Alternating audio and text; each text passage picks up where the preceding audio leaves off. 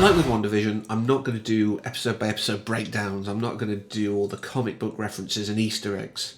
There are people out there who basically came out of the womb reading comics who would do a much better job of that than I. But I do want to give my thoughts on the Falcon and the Winter Soldier in its entirety. Before I get into spoiler territory, I do want to sort of give an overview, sort of back of the box thing. So if you've been sitting on it and want an opinion, you can without having it all spoiled. But let's get on and talk about it. Of course, it stars Anthony Mackie and Sebastian Stan, as well as support from Emily Van Camp, Erin Kellyman, Wyatt Russell, and Daniel Bruhl. And yeah, the back of the box thing is basically, this was fun. This was an interesting return to the spy thriller type of film we've seen previously, strangely enough also featuring the Winter Soldier and Captain America. It was such a great way of moving forward. There's a lot of heavy themes that it deals with. And even though it's shorter than WandaVision by 3 episodes, it didn't feel lesser. Now, it's not an amazing piece of entertainment, it's not Citizen Kane or anything like that, but to really sort of do what it wanted to do, I think it succeeded.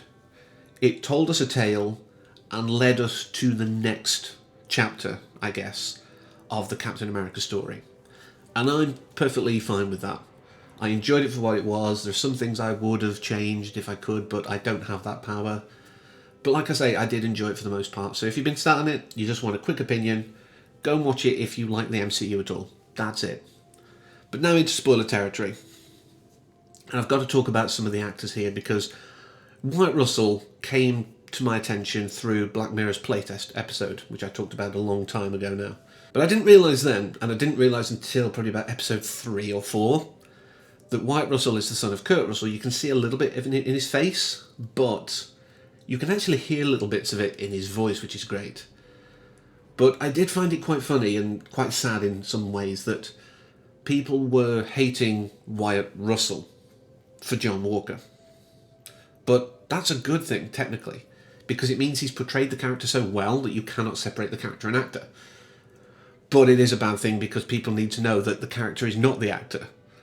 Wyatt Russell seems a decent guy, all things considered. Now, there are rumours going around that he deleted his Instagram, but there's also counterpoints saying he never had one. If he was driven to that by people, that's really bad. But if he just never had one, like I don't, then it's all good. Erin Kellyman did an interesting role because they flipped. Carl Morgenthau was Flag Smasher, a single person, part of another group called Ultimatum, which I'm not going to give you what the acronym stands for because it's ridiculous. But they flipped it to Carly Morgenthau, who leads a group called the Flag Smashers. And I think it worked. I mean, obviously we didn't see what the alternative would have been if they'd have gone comic accurate 100%. But I like how they made it a group and they didn't give it a stupid name. I think that was a good idea. Having a group who's got an acronym, I think it's called a backronym, when you've got the word and then you make it fit what you want it to say. They didn't do that, which I think is what Ultimatum was, to be fair. They made it a bit more grounded so that people who aren't super into the comics won't just, shake their heads and facepalm. Obviously, Anthony Mackie and Sebastian Stan did great because they've been doing these roles for years. But their interplay over the years has been so great. There's that callback moment in the car, you're not going to move your seat forward, and all of this thing. And these two people can bounce off each other so well. I have a personal working relationship and friendship, but a working relationship with someone, and we have that. We can bounce off each other, we can throw ideas, and the other one will run with it. It's great. And I think this is what these two have. These guys work so well together. And of course, Emily Van Camp coming back as, Sharon Carter was great. And her reveal that, yes, she's probably the shadow broker and now she's got a clause in the government well deep in is quite a terrifying thing moving forward. But obviously one of the big developments of this is that we now finally have the Sam Wilson Captain America with a new suit, new wings, everything like that. And that moment when his wings got ripped off, I should have clicked. This is getting him a new suit and he's going to become Captain America. And that last episode was great for that. I do think, though, I have to discuss the real big meat of this series, and that is race relations in the United States. The whole sort of history of Black Captain America and the Super Soldier Serum is a relatively recent thing in the comics, but I love the fact that they folded this in and had Isaiah Bradley's story. Very similar to certain experiments that were done in the US, which I'll link a thing about below if you want to read further, because it's fascinating in that way of like, people actually did this. But there is a dark period of the past, you know, where black soldiers and black people were experimented on by the government just because they could. And, you know, we've had a lot of issues with race relations over the years, not just in the States, you know, globally. And some of it still goes on.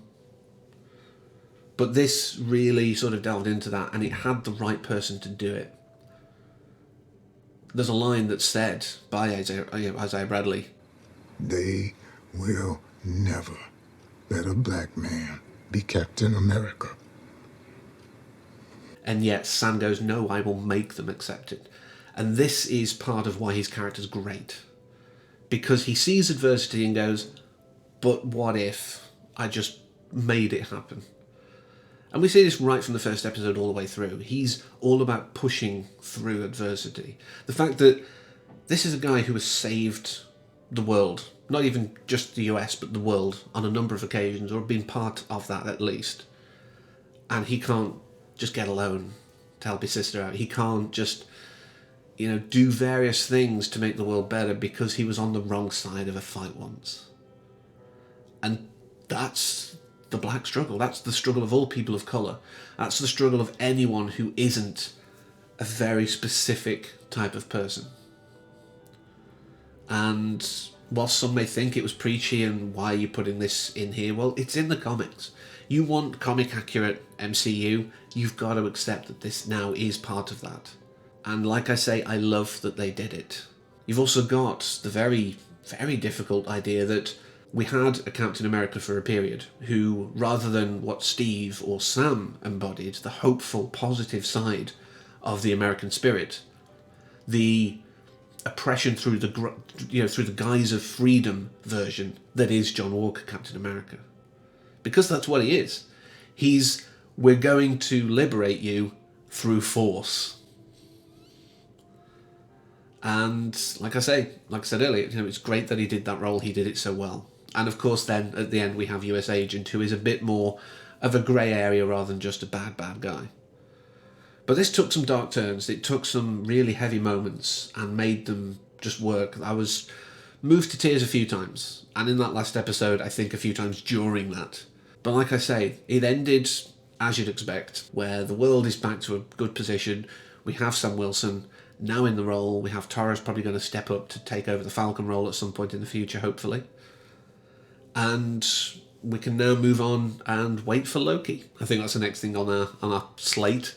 And I can't wait to talk about that with you as well, because that's going to be some back to the really weird, fun stuff of comics. This was the heavy mirror to society side of comics. And like I say, I have love for both of those. And I hope you did too. You know, if you enjoyed it, let me know in the comments. And like I say, have a read of that experiment. It's quite sad.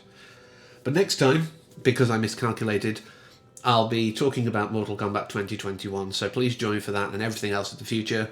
But until then, as always, thank you for watching and take care.